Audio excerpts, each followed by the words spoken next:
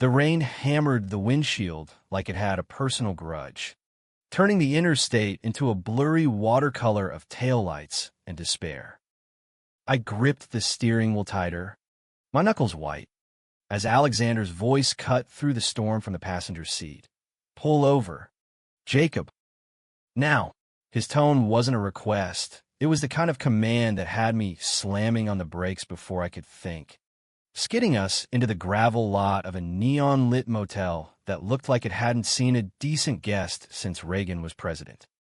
We stumbled out into the downpour, suits soaked through in seconds, and that's when the clerk, a grizzled guy with a mustache that screamed "Nom vet," delivered the gut punch. "Sorry, folks. Storm knocked out half the county. Only one room left, and it's got the single queen." Alexander shot me a look that could curdle milk, his blue eyes flashing with something raw and unnameable. And in that split second, I knew this trip from hell was about to drag us both straight into purgatory. I've been dreading this road trip for weeks, pitching our agency's big client in Chicago, just the two of us, because the higher-ups figured it was team building. Alexander Hale, my boss for 3 years, was the golden boy of Madison Avenue. Sharp suits, sharper wit, the guy who could charm a room full of execs and signing 7-figure deals over steak tartare. To everyone else, he was untouchable, married to his work, divorced from anything resembling a personal life. But to me, he was a walking contradiction, the man who'd promoted me out of nowhere after that brutal layoff round, then spent the next 2 years riding me like I was the reason coffee hadn't been invented yet, micromanaging my copy, second-guessing my strategies, his feedback always laced with this undercurrent of, what, disappointment? Or something darker, like he was punishing me for existing? We'd barely spoken beyond logistics on the drive from New York. 6 hours of NPR droning about midterm elections and climate doom, the kind of white noise that amplified the silence between us. Now, here we were, dripping wet in the lobby of the sleepy Hollow Motor Lodge, haggling over a room that screamed divorce pit stop. Alexander handed over his Amex without a word, jaw set like he was signing his own death warrant. I followed him up the creaky stairs, our shoes squelching on the threadbare carpet, the air thick with the ghost of 1,000 regretful hookups. The room was a time capsule of bad decisions, faded floral wallpaper peeling at the edges, a TV bolted to the wall circa 1995, and that bed, a sagging queen with sheets that probably hadn't been washed since the Clinton administration. One bed, no couch, no cot, just the two of us and the storm raging outside like it wanted in. "You take the floor," Alexander muttered, tossing his overnight bag onto the lone armchair. His voice was clipped, British lilt fraying at the edges. He'd come to the States for Columbia back in the 90s and never left. But that accent still surfaced when he was frayed. "Fuck that," I shot back, too tired to play subordinate. "It's your company card. You get the luxury accommodations." It was a jab, half-hearted, but landed. He turned, shirt clinging to his broad shoulders, dark hair plastered to his forehead, and for a heartbeat, his mask slipped. Vulnerability flickered in those eyes, blue as Lake Michigan on a clear day, and I swear, my stomach flipped. I'd always known he was handsome in that rugged Hemingway way, late 40s, salt and pepper at the temples, lines etched from too many boardroom battles. But seeing him like this, stripped down to raw edges, hit different, dangerous. We stripped off our wet clothes in awkward silence, him facing the bathroom door, me pretending to fiddle with my phone. I pulled on the stiff motel sweats, the kind that smell like industrial bleach, and collapsed onto my side of the bed, the mattress dipping like quicksand. Alexander emerged in boxers and a threadbare Harvard tee, the one relic from his Ivy days he never tossed. He hesitated at the edge, staring at the empty space between us like it was a minefield. Jacob, he started, voice low. About tomorrow. Save it for the pitch. I cut him off, rolling away. My heart was pounding too hard. The room, too small. I'd crushed on him once. Back when he first hired me, fresh out of ad school. Wide-eyed and broke, thinking he was some knight in Armani. But he'd shut that down quick. Icy stares in meetings. Feedback that bordered on cruel. You're better than this amateur shit. Hail, he'd say, and I'd burn with shame. Now, I just wanted to survive the night. The storm didn't let up. Lightning cracked like gunfire. Thunder rolling in waves that shook the windows. I lay there, feigning sleep, but every shift of the sheets had me hyper-aware of him, the heat radiating off his body, the faint scent of his cologne, sandalwood and citrus, mixing with rain. Around 2 a.m., he sighed, a sound so broken it cracked something in me. I can't do this anymore, he whispered, not to me, but to the dark. Then, softer, Jacob. Wake up. I didn't move. Breath held. He thought I was out, and the words tumbled out like a confession in a blackout. God, I fucked this up so badly. From the day you walked into that interview, those green eyes, that fire, I knew. I knew I'd fall, and I did. But I couldn't. I can't risk it. Not after David. Not with the firm watching every move. You're everything, Jacob. And I hate myself for making you think you're nothing. David? The name hit like a sucker punch. I'd heard whispers, Alexander's ex, some tragedy from his past, but details were locked tighter than Fort Knox. My mind reeled, all those cutting remarks, the distance, the way he'd linger just a second too long after meetings. I was tracing my jaw before snapping away.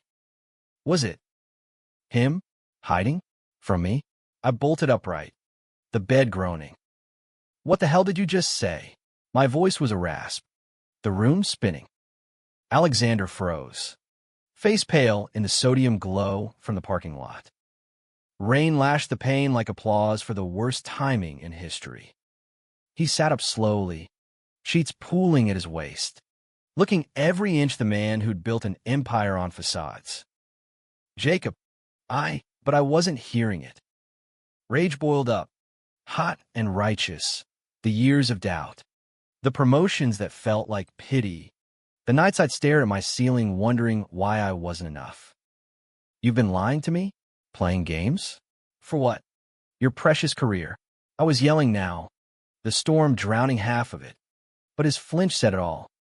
It's not a game, he said, voice steadying, but his hands trembled as he raked them through his hair. David. He was my partner. 10 years. We kept it quiet. Agency policy back then was a minefield. AIDS crisis still fresh. Clients bolting at the first whiff of risk. He got sick in '92, and I watched him waste away in that godforsaken apartment while I pitched soda ads like nothing was wrong. Buried him in a pauper's grave because his family disowned him. And me? I clawed my way up, promising myself I'd never let it touch me again. Never let anyone in. The air went thick, his words hanging like smoke. I wanted to hate him, God. I did, for the walls he'd built, for making me feel small. But seeing him there, cracked open, the pieces clicked, the late nights he'd canceled drinks with the team, the photos he'd burned in his office shredder last year. He'd been surviving, not thriving. And me? I'd been the idiot misreading survival for scorn. Why now? I demanded, voice breaking. Why tell me in this shithole? After 3 years of treating me like dirt. Because we're stuck here, he said simply, eyes locking on mine. And because if I don't, I'll lose you before I ever had you. He reached out then, tentative, his fingers brushing my arm, electric, like the storm outside. I didn't pull away. Instead, I leaned in, our foreheads touching, breaths mingling in the humid dark. It wasn't a kiss, not yet, but it was a bridge, fragile and real, spanning the chasm we'd both pretended wasn't there. We talked till dawn, words spilling like the rain, my own closet days in a small Ohio town, coming out to parents who still sent Bible verses at Christmas, his climb through the glass ceiling of 90s ad land, where being gay meant being expendable. Laughter crept in, edged with pain, stories of disastrous blind dates. The time he'd botched a pitch by daydreaming about my smile. By sunrise, the storm had passed, leaving a world washed clean. And so were we. Or so I thought. The pitch in Chicago went off without a hitch, Alexander's charisma sealing the deal, my visuals hitting every mark. We drove back buzzing, stealing glances like teenagers, the miles between us shrinking. But reality waited in New York, emails piling up, office politics sharpening like knives.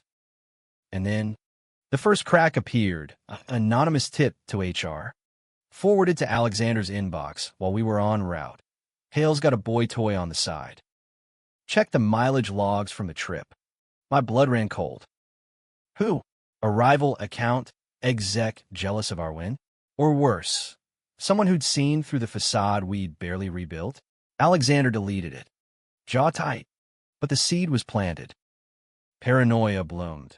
Every sidelong glance in the bullpen felt loaded. Every closed door meeting a potential ambush. Weeks blurred into a tense dance. Late nights at his loft in Tribeca. Takeout Thai and whispered plans for a future that felt stolen. He was tender in ways I'd never imagined. Hands tracing my scars from childhood bike wreck. Stories of his Cornish boyhood swapped for my Midwest summers. But the secrecy gnawed at us. We go public after the holidays, he'd promise, kissing my temple. Build a case. Anti-discrimination clause is ironclad now. I believed him. Because what choice did I have? Love like this didn't come with guarantees. It came with ghosts.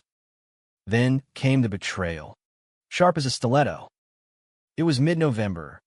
Gray skies over the Hudson, threatening snow. I'd surprised him at the office with coffee, black. 2 sugars. His ritual, only to overhear voices from his glass-walled corner. Margaret Voss. Our iron-fisted CEO, and Alexander. Tones low and lethal. You're playing with fire? Alex, she hissed. Southern drawl like honey over razor wire. That leak? It's from inside. Board smells weakness. And with the merger talks, I have it handled, he cut in. Voice steel. Jacob's the best we've got. This is personal, not professional. Her laugh was ice. Personal? Darling, in this game, nothing's personal. You think I don't know about David? Buried that mess deep. But skeletons rattle. And now this boy, he's leverage. Step down quietly, or we make it messy for both of you. I froze in the hallway, heart slamming against my ribs. Leverage. Step down. She known, hell. Maybe orchestrated the tip. And Alexander? Handled? My mind spun dark scenarios. Was he trading me to save his skin? The coffee burned my hand as I backed away, fleeing to the stairwell, tears hot and furious. How could I have been so blind? Again, that night, he came to my walk-up in Brooklyn, eyes shadowed, takeout bags dangling like peace offerings. We need to talk, he said, but I was already unraveling. Words tumbling out in a torrent. The hallway. The threat. The fear that he'd choose the firm over us. Am I just collateral? Alex? Another secret to bury. His face crumpled. The mask shattering for good. He dropped the bags, pulling me into his arms. And that's when the floodgates opened. Not mine, but his. Sobs racked him. Raw and unfiltered. The kind that come from decades of armored solitude. No, he choked. God, no. I told her to fuck off. Resign this afternoon. It's you or nothing. Jacob. Always was. Resigned. The word echoed. A bomb in the quiet kitchen. For me, the man who'd built Hale and Associates from a garage startup to a midtown powerhouse, it was insane, reckless, the kind of gesture that screamed love louder than any vow. But the cost, his legacy, our stability, the whispers that would follow us into whatever came next. We held each other through the night, the city humming below like an indifferent heartbeat. Dawn brought clarity. Harsh and unyielding, lawsuits loomed, bridges burned, but in the ruins, something stronger took root. Forgiveness, maybe, or just the stubborn American dream of starting over, two guys against the machine, betting on each other. The fallout hit like a nor'easter. Margaret spun it as strategic realignment, but the trades ate it up, add Titan Hale ousted in gay scandal. Front page fodder, complete with blurry photos from some pap who tailed us to a diner in Queens. Protests erupted outside the office. Picket signs waving love wins and bigots out, a chaotic mix of allies and opportunists. My phone blew up, old friends from Ohio texting prayers, colleagues offering gigs or condolences. Alexander? He went radio silent for days, holed up in his loft, staring at the walls like they held answers. I found him there on a Tuesday, unshaven and hollow-eyed, a half-empty scotch bottle on the coffee table. "It's over," he muttered as I let myself in with the key he'd given me weeks back. "Everything I built gone. And for what? Some fairy tale bullshit that the world's not ready for." "Bullshit," I snapped, yanking the bottle away. "You build it on lies. This is real." I straddled his lap, forcing his gaze to mine, hands framing his face. "We're real. And yeah, it's messy.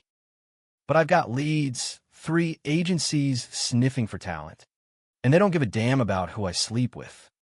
We'll rebuild. Together." He searched my eyes, doubt warring with hope. And then, breakthrough, he kissed me. Not the tentative presses of our motel night, but deep, claiming, like he was staking ground in a war we'd already won. It tasted of whiskey and salt, promise and peril, the kind of kiss that rewrites your story. We moved slow after that, piecing a life from the wreckage. I landed at a boutique firm in Soho, queer-friendly, scrappy, the anti-Madison Avenue. Alexander consulted freelance, his Rolodex a goldmine, but the fire in him dimmed at first, replaced by what-ifs. Nights were hardest, him pacing, me anchoring, trading vulnerabilities like currency. I confessed my own betrayals, ghosting a college boyfriend out of fear, letting family slurs slide to keep peace. He shared David's last days, the guilt that had armored him, the terror of loving again.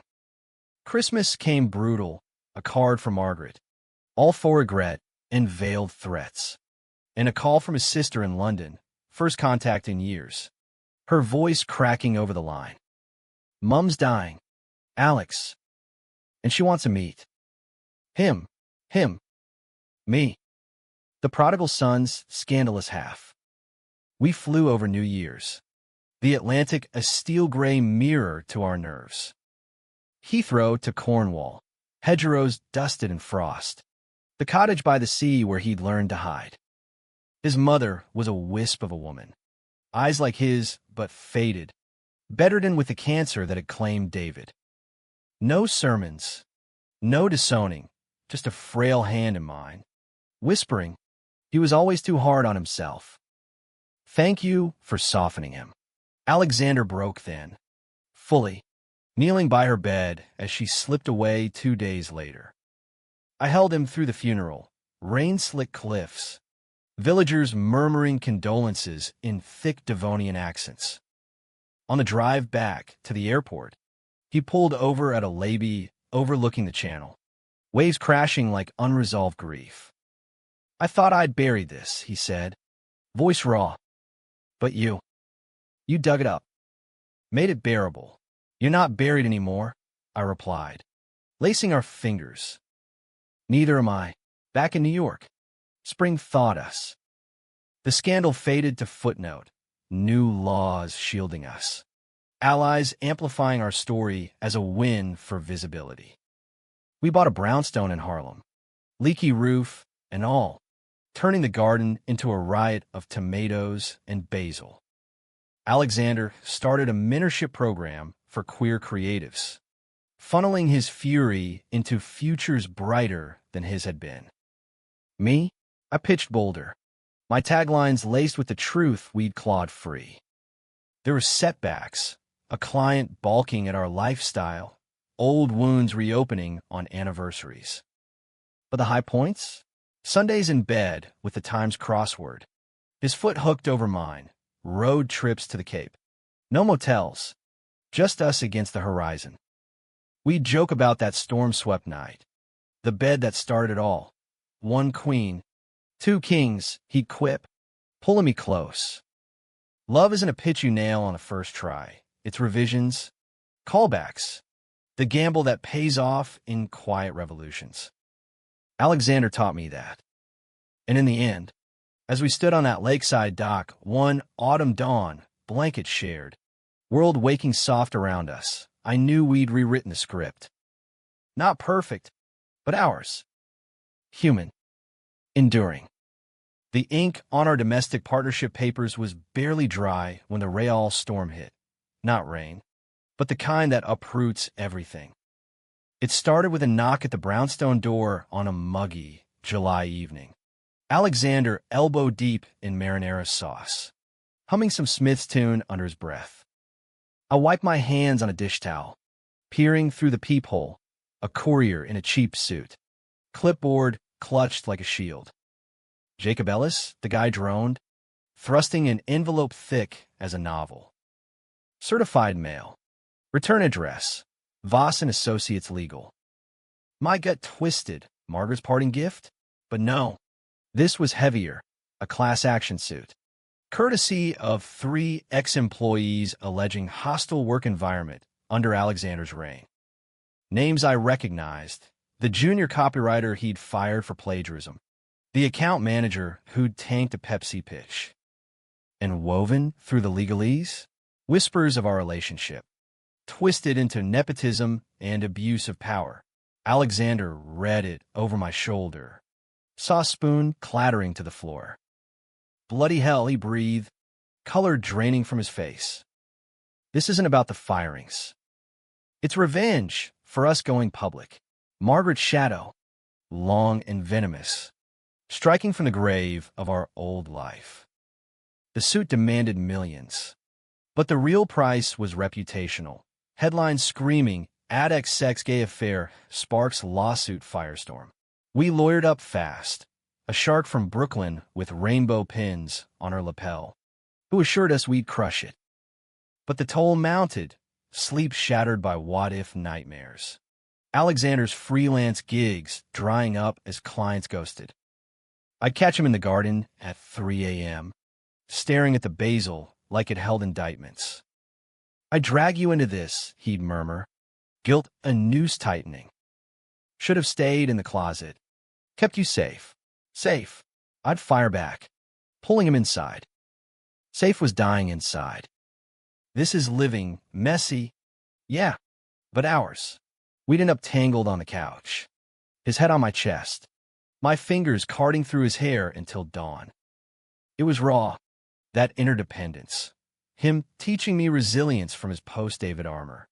Me showing him vulnerability wasn't defeat. The deposition was a circus, fluorescent-lit conference room in Midtown, lawyers circling like hyenas. Margaret testified via video, poise unbroken, painting Alexander as a tyrant who'd prioritized personal indulgences over professional integrity. Indulgences. The words slimed off her tongue, and I gripped the table to keep from lunging at the screen.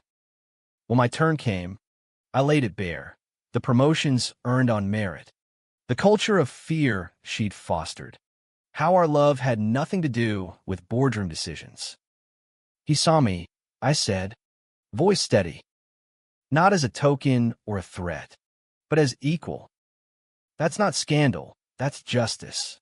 The jury, a cross-section of New York grit, teachers, cabbies, a drag queen from the village, saw through the BS. Verdict in our favor. Voss and Associates coughing up settlements and a public apology. Champagne that night tasted like vindication. But the scars lingered, trust fractured. The world a sharper place. If in the ashes, we rose fiercer. Alexander's mentorship bloomed into the Hale Initiative. Scholarships for LGBTQ plus talents from underserved hoods. I climbed to my firm, heading the diversity push. Our life settled into rhythms. Brunches at the Wren, where waiters knew our orders. Hikes in the Palisades. Hands linked without fear. But secrets have a way of resurfacing, and mine nearly drowned us. It was Labor Day weekend. A barbecue in Prospect Park with friends, queer chosen family. Laughter cutting through the humidity. Alexander manned the grill, sleeves rolled, that boyish grin flashing as he flipped burgers. I was mid-story, regaling the crowd with our motel debacle, when my phone buzzed. Unknown number. Voicemail left. Jacob, it's Laura from college. Listen, I saw the article. About you and Alex. God, I'm happy for you. But there's something you need to know. About that summer in Provincetown. Call me. My bierwein flot in my haunt. Provincetown, junior year. The escape where I'd first tasted freedom. Bonfire parties on the dunes. Stolen kisses with a surfer named Riley. We'd hooked up, intense and fleeting, until he ghosted post-graduation. Harmless fling, right? Except Laura's tone, guilty, urgent, suggested otherwise. I slipped away to the edge of the park, dialing under a willow's shade. What's summer? I pressed when she picked up. Voice small. Riley, she said, exhaling smoke. He didn't ghost. He died. Jake. Overdose. Right after you left. Fentanyl-laced Molly at some rave. And he left a letter. For you. I held on to it. Too chicken to send. Thought it might break you. Break me. The world tilted. Park sounds muffling to a roar. Riley, golden hair. Laugh like summer thunder. Gone? And a letter? Why now? I choked. Because you're out there living loud. He would have wanted that. I'm mailing it tomorrow. Alexander found me there. Face ashen. Knees buckled against a bench. What happened? He demanded. Crouching. Hand on my shoulders. I couldn't speak at first, just handed over the phone. Her message playing tinny in the dusk. His face darkened. Not with jealousy, but pain mirrored the echo of his own losses. Come on, he said gently, leading me home through twilight streets. Arm a steady anchor. The letter arrived UPS next morning. Yellowed envelope.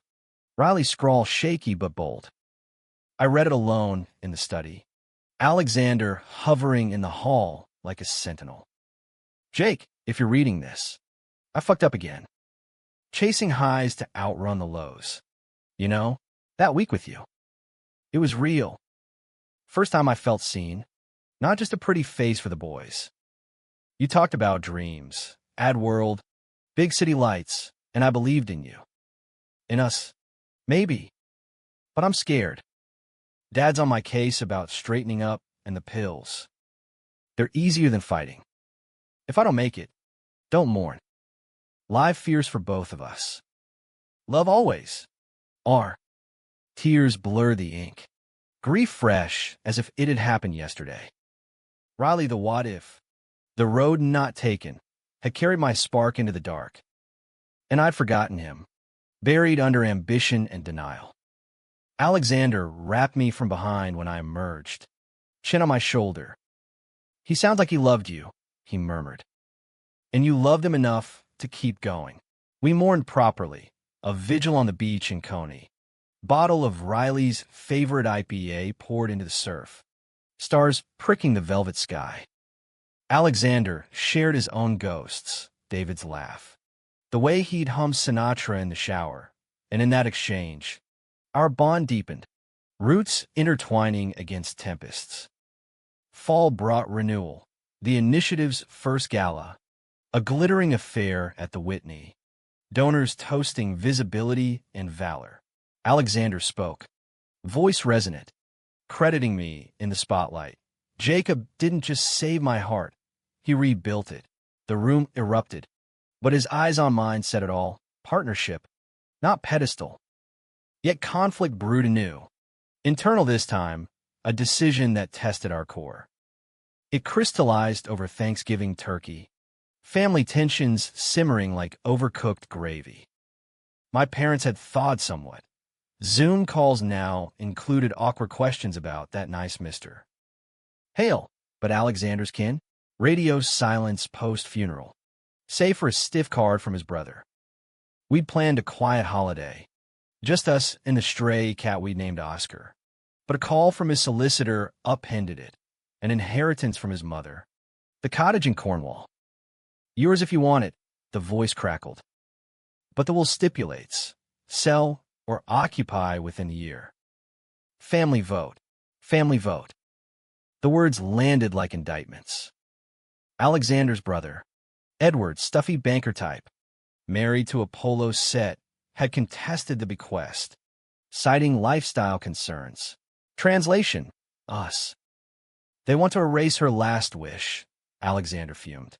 Pacing our kitchen, fists clenched, turned into some Airbnb for straights. The decision loomed. Fight for the cottage, dragging ghosts and grudges across the pond, or let it go, severing his last tether to roots. It pitted his past against our future, America's promise of reinvention versus Britain's weight of legacy. What do you want? I asked, cornering him by the fridge, hands on his arms. You, he said, fierce. Here, building something new, but doubt shadowed his eyes. The pull of home a siren's call. We tabled it through December. Distractions mounting, holiday pitches, initiative fundraisers. New Year's Eve found us on our roof deck, city fireworks blooming like defiant flowers. He proposed then, not with a ring, but a key, the cottage's, engraved with our initials. Let's claim it, he whispered against my neck, champagne fizzing on our tongues. Make it ours. No votes, no contests, just us rewriting the story. I said yes, heart swelling, envisioning summers by the sea. Me, and the waves washing away old hurts. But Edward's response to our lawyer's letter was a grenade. Contest in court if you must. But know this, Mum's grave isn't cold yet, and you're parading your arrangement like a circus act. The slur stung, but Alexander's rage was volcanic. Fuck him, he snarled, drafting a blistering reply. I reined him in, don't sink to his level. We win by rising. Mediation followed, virtual, tense. Edward's face pixelated and pinched on screen. Accusations flew. You've poisoned the family, he spat. Alexander countered with truths, Mum's final words. Her quiet pride in his path. It devolved into stalemate. Until I spoke, unscripted, voice cutting through the static. Edward, I lost someone too. Young, scared, chasing shadows. Alex pulled me from that edge. Your mother's gift? It's not about property. It's grace for all of us. Silence stretched. Then a crack. Edward's eyes softening. A mumbled, she did love you. Alex. Sorry. Settlement. Shared ownership. No strings. The cottage waited. A beacon. Spring 2026 bloomed with promise. We flew to Cornwall for the handover, jet-lagged but giddy, renting a car that smelled of pasties and petrol. The drive wound through emerald lanes, gorse blooming yellow against granite cliffs. The cottage, squat stone, thatched roof sagging charmingly, sea air sharp as regret. Inside, time folded, his boyhood room intact, Posters of Bowie and The Clash yellowed. Kitchen where Mum baked scones. We aired it out, painting walls seafoam, hanging photos, us at the motel, gala grins. Neighbors trickled by, weathered fishermen with tales of Alexander's wild youth, a lesbian couple from the village offering pasties and pints. One evening, as seals barked from the rocks below, Alexander turned to me by the hearth, fire crackling. This place, it was cage and cradle. Now, sanctuary. His kiss was salt-tinged, slow-burn deep, the kind that speaks volumes unspoken. Back in New York, equilibrium held until the unthinkable, a positive test. Not mine, but the universe's cruel joke. Alexander, mid-40s, collapsed during a run in Central Park. Sharp pain. Ambulance wail. ER lights blurring. Diagnosis, early-stage lymphoma. Aggressive but treatable. Echoes of David, the shadow we'd outrun. Crashing back.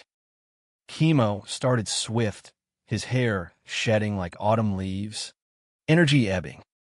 I juggled work, initiative duties, hospital vigils, holding the basin as he retched, reading ad copy aloud to distract from a foredrip. Remember that motel, 6-pitch? I'd quip, voice wobbling. Tagline, we'll leave the light on. And the bed warm. He'd laugh, weak but genuine, squeezing my hand. Corny bastard. But nights alone.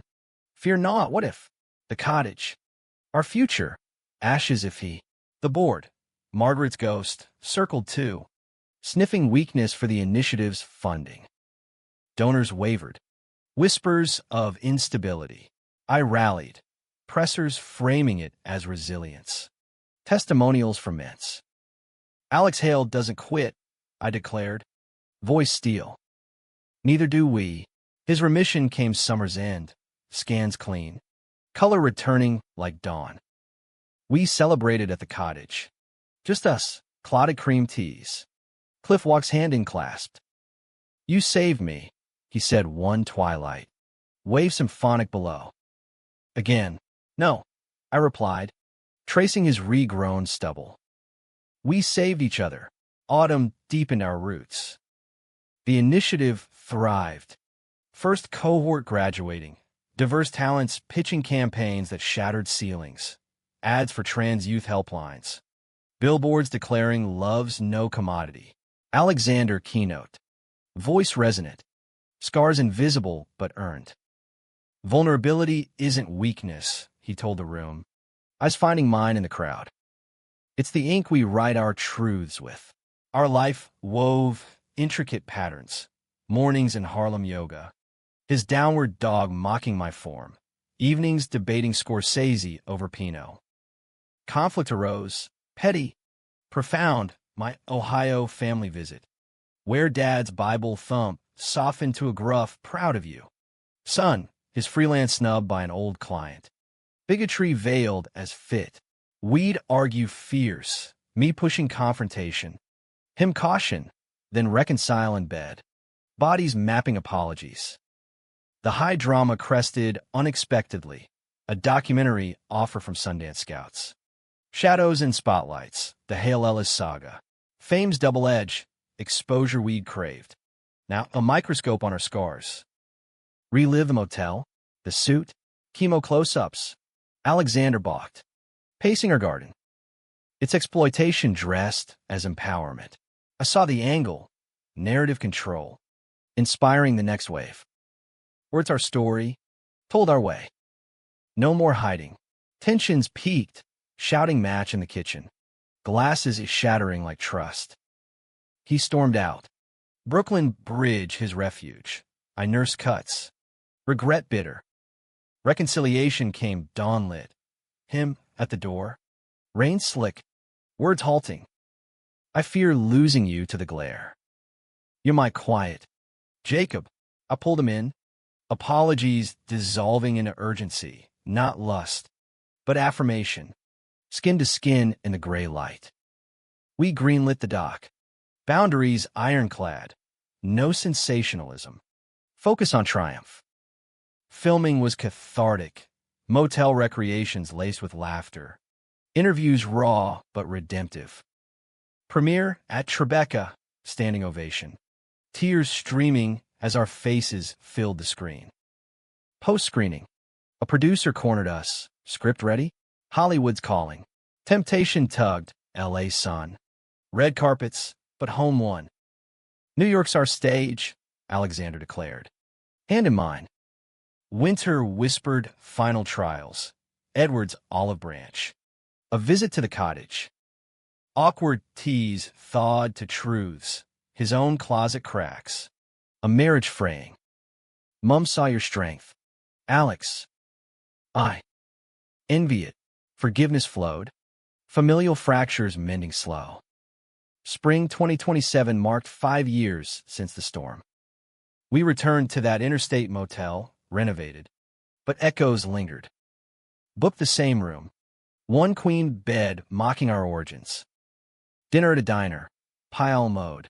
Stories retold. Back in the room. Rain pattering nostalgic. He drew me close. From one bed to a lifetime, he murmured. Rings slipping on my finger, simple gold. Engraved with a lake docked on. Vows exchanged lakeside. Upstate. Small circle, friends. Mints. Oscar the cat in a bow tie. Sun gilded the water. Vows simple. In storms and silences. I choose you. No drama. Just depth, the human weave of love. Flawed and fierce. Years folded forward. Initiative and non-profit behemoth. Us graying gracefully. Conflicts came. Health scares. Career pivots. But each forged us stronger. On our 10th anniversary. Back at the dock. Blanket shared. I leaned into him. Worth the motel madness. His laugh rumbled. Arm tightening. Every drop. In America's vast tapestry, equal parts grit and grace, we'd threaded our story. Not fairy tale, but testament to secrets unveiled, betrayals transcended, love's quiet roar. And in that, we found not just survival, but salvation.